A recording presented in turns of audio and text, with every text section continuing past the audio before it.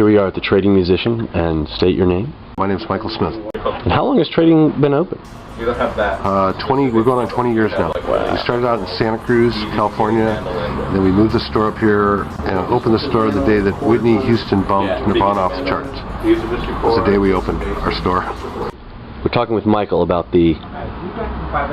What do we have here? Greedtone, custom made or handmade, locally made in Seattle by a local musician who's been around the scene for about 15 years. Greg Williamson. Greg Williamson. Basically his nickname, I believe, is Greedy Greg, and the name of the pedal is Greedtone, because I think he developed it in the 90s when everybody was really greedy. It was like a 91. It's a distortion pedal. It's a basic distortion pedal based on like the overdriven circuitry of the front side of an amp. It's solid state circuitry. It's not tube, but he spent a long time getting it to act and respond like tubes and have that vacuum tube quality about it. And he's the one that also builds everything.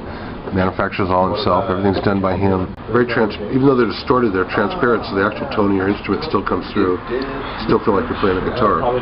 Define that maybe a little bit when you say transparent for the guitar. When you distort an electric guitar, you're basically squaring off the wave. And what he does is he puts filters in here that allows certain parts of the frequencies to go through unimpeded, or something to let some of the actual natural tone and the note you're playing come through, but yet it has fuzz and distortion on it. So instead of becoming a blur, you can actually hear the distinction of the notes and get note distinction, but it still sounds raspy, which is kind of what distortion pedals have tried to do. If it's non-transparent, you turn it on, it just sort of obliviates everything, which is a good effect for certain things, but this is more something you can leave on a lot and use a lot in replacement for amp distortion, which everybody sort of prefers. Like instead of turning up on 10, you can use this device on 5 and still get a feedback, growly sound that seems alive. And it just seems responsive to, you know, like when you start doing feedback, it sounds very musical. The thirds and the fifths come out, or things that sound good to the ear. It kind of sings, is what I'm trying to say. And the other good thing is that it's super hard casing, and the actual power supply will never come out unless you unlock it, because a lot of times you'll be playing a gig and somebody will stomp on something or run across the stage and kick your stuff, and then you're unplugged and you're stopped, and that's a drag.